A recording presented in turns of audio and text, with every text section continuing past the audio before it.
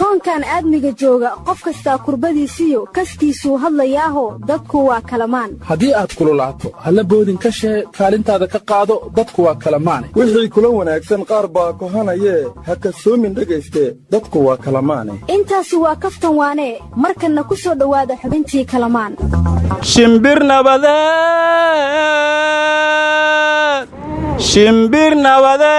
shimbir nabadeed shuuta u buubee sidee shakiishalaay sharna ma rabnaba warniyo anaa war ku haya shimbirta nabadeed aad sheegayso habeen ma timaadee maalin bay timaadaa isbitaalka martiini waxaa lagu arkay shimbiro xilliyada habeenkii ah un soo xoomaya badda ayayna ka yimaadaan marka waxaan kuu sheegayaa shimbirta nabadeed habeen ma socoto dadkii degaan isbitaalka martiinina shaki weyn ayay ka muujiyeen shimbirahaasi waradaha shimbir idinma weydiin mana naqaane waa la shiraakoobay waa la shirkoobay ay shirkoowiyaaba warkaa naga dhex gelin walaalnimadii Itoobiya ee Soomaaliya waa bilaabatay warniyo heshiiskii biyaa dhaqan galay reer hungurida ridina fudayd badneena naga jooga warkaa naga idin soo wadnay horta malakumowdka dad laayay ku farxi maayo kaygii maaha laakiin Addis Ababa qaraxii bay Muqdisho la qaybsatay ayadaa qaadatay maanta qarax weyn baa ka dhacay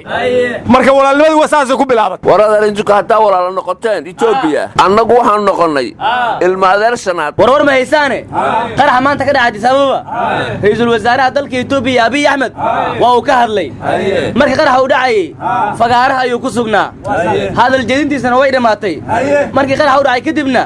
warbaahinta ayuu la hadlay wuxuu yiri cidna kuma dhiman dhaawac soo jira war waa ka hortagna ma yiri war dariska ka dayoy miskidiinga leeray waa ka hortagnay hadii uu eri may badhimanaaytay waa ku raad joognaa dhagar qabayaashu waana soo qabanay waana fashilnay iyo ka dhimanaaytay waana reeda ka erdoona ka aali waryaalahan war ma haysaane madaxweynaha yagii Muuse Biixi Xildiid waraaq weyn oo 5 waar ah wuxuu u diray xogayaha guud ee qaramada midoobay ee Antonio Guterres marka wuxuu ku cadeynayaa madaxweynaha iyagu qoladii nin aan jaarka nahay ee malmuluuqa wada ku dhooda inaan nala soo marsiin caanaha iyaga carruurta aan siisanaynay ee mucaawamada toos inay noogu yimaadaan caana bay sheegaan caanaha waayeen dunidooda macaanaha iyaga waxay ka rabaan war ma haysan cid Muuse Biixi weerartay waa madaxweynaha maamulka Puntland Cabduuli Gaas baarlamaanka Puntland mar uu la hadlayay wuxuu yiri madaxweynaha Soomaaliland weerar toos uu soo qaaday dagaalkana wuxuu yiri kii hore waa nagu duwan yahay marka nimiyo madaxweynaha maamulka Puntland waxaan u maleynaa waxa uu u jeedo hadalkaas inuu yahay dagaal Facebook live kala soo galay waradan wadu aran tahay tukaraq annaga haysana garawana waxaan u jirnaa dhowr kiiloomitir wuxuu ku hadlayaa warada war ma hayside dekadii Kismaayo maanta waxay noogu soo xirtay markab sida shirkad gargaar ah imaaraadka ayuu noogu yimid wariya waan wiliga indheegna sheego hayta soo kafade fuudkana fafane wiliga ma dheegna sababtoo imaaraad ma rabno idoonimen iyo erajartan markab shiinad gargaar wada bawno soo xirey markab shirkad wariya ma isan hadalaasan war macaawina ma ahayn raashin loo wada Amazon waxa wadada loo galay waana shabeelada hoose kalamaan mir su'aala jawaab madaxnimada iyo maamulka iyo shaqadu dadka been mutuxan maqashiimiya warkan aad sheegaasa siiqadii irdilaha ka galay iyo ka dambe walaalo fadaa la suubiye naw waranagu waan ka goonay waligaan iyo Allaheenba eetiraaf waan raadinayna kuna u weyn kuna u yar ababu baan badagala ababu war kun kan dhugso dollarkan yaa lagu boojeenine kun kan dhugso ababu waa ku tagaa meehaniti ababu war meesha shilin Soomaaliga laga diiday waa gaalkacyo hiirana mar hore ay ka sabreen warnimayow waxaan idin sheegayaa sida maanta wararka loo baahiyo midba waxa uu tagay madaxweynaha waxa uu weydiiyay madaxweyne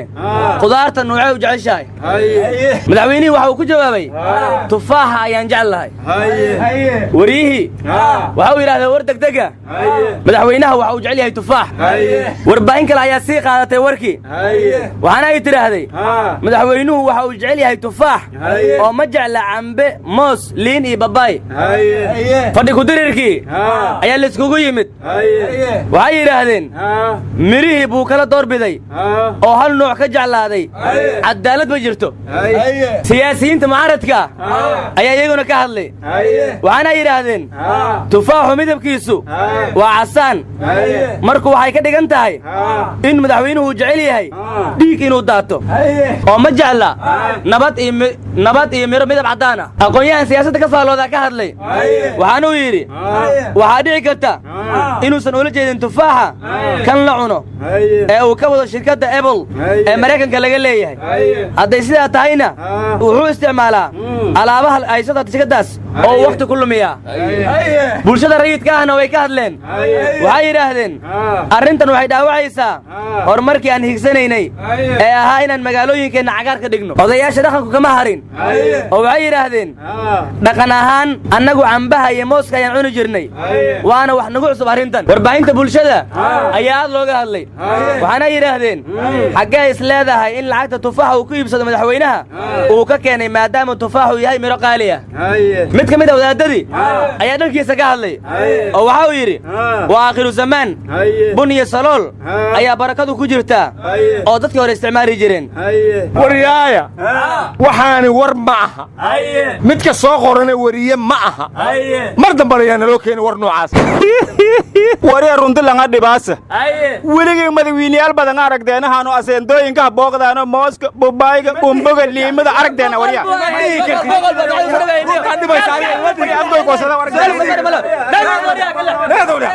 war waxaad sheegaysaa nabagaalgacyo kan baxaan ugu kala wada